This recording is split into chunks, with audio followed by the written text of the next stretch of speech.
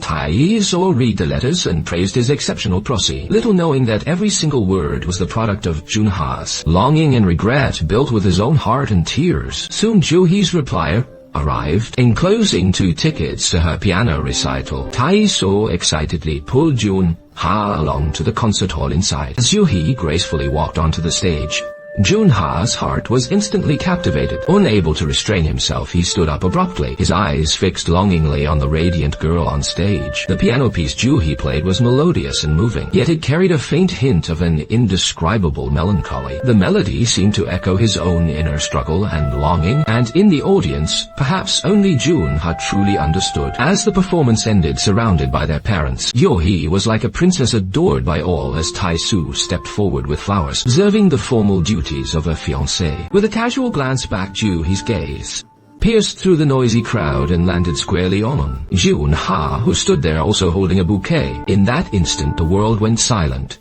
She was the only thing left in his world. An inexplicable flutter stirred in his heart, but the shackles of reality kept him from approaching.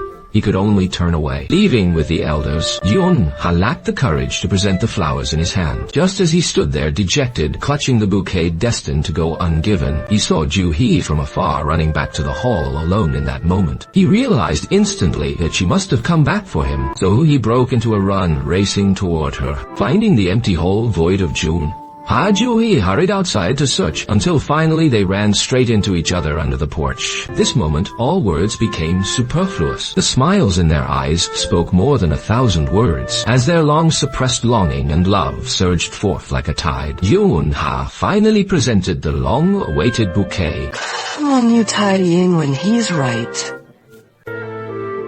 Kokyangmang, nisong, salam, didi, kida. Didi-song, let me get this in for you. Their second meeting, though brief, was enough to make Jun-ha dance with joy. From then on, they began a more frequent secret correspondence under Tai-soo's name. Caught between the girl he loved and his closest friend, Jun-ha suffered in this awkward position, but the flames of love in his heart had already grown into an unstoppable blaze, one that could no longer be extinguished. A school social dance provided them with another opportunity to meet. With Tai-soo present, they had to pretend they were total strangers. Yet, those longing gazes, like the brightest stars in the night sky, never ceased to meet and collide, conveying emotions that only the two of them could understand. Though they couldn't express their love openly, this affection shared silently in plain sight only brought their hearts closer together. As the dance ended, watching Tai-soo escort Joo-hee away, Jun-ha felt an indescribable pang of bitterness in his heart. Meanwhile, Joo-hee reached her gate and politely bid Tai-soo farewell, but she hesitated to go inside. She paused, wishing with all her heart to see that familiar figure appear right behind her at that very moment. Just as she was about to ring the bell in disappointment, the porch light suddenly went out. Looking back suddenly, she saw Jun-ha standing quietly in the dim light of a nearby lamppost. The glow of the street lamp mirrored the joy in his eyes, creating an atmosphere of warmth and romance. He flickered the street light, a secret signal shared only between them. It was a silent "I love you" in the dark of night. In this moment, time seems to stand still, leaving only two young hearts leaning on each other in the deep of the night. But no matter how fiery their love is, it is destined to be shunned by the world. Joo-hee's marriage has long been shackled by her parents' will. We need them to get us in the door.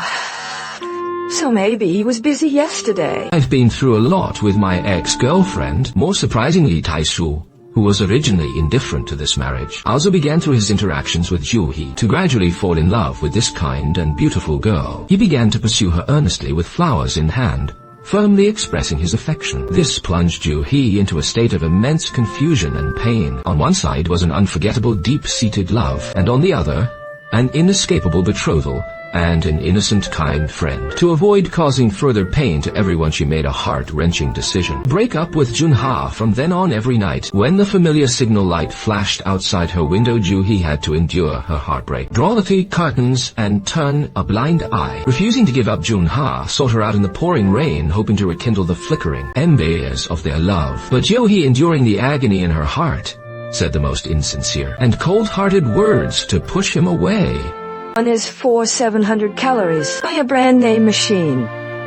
Those heartless words were like a sharp blade, instantly piercing Junha's heart and shattering all his illusions of love. Like one possessed, he stood in the rain, flashing their signal light over and over again, hoping for a response. He finally walked up behind him. I can't win. Pika can always hear. Is it real or fake? Never been caught. He shook off his hand through tears, imploring him to stop. As he watched her walk away in despair, a bold plan began to take shape in Junha's heart. He went straight to Tai-Su and confessed everything between himself and Juhi. He prepared himself for his friend's fury and fists. But to his surprise, Tai-Su's face remained calm and undisturbed.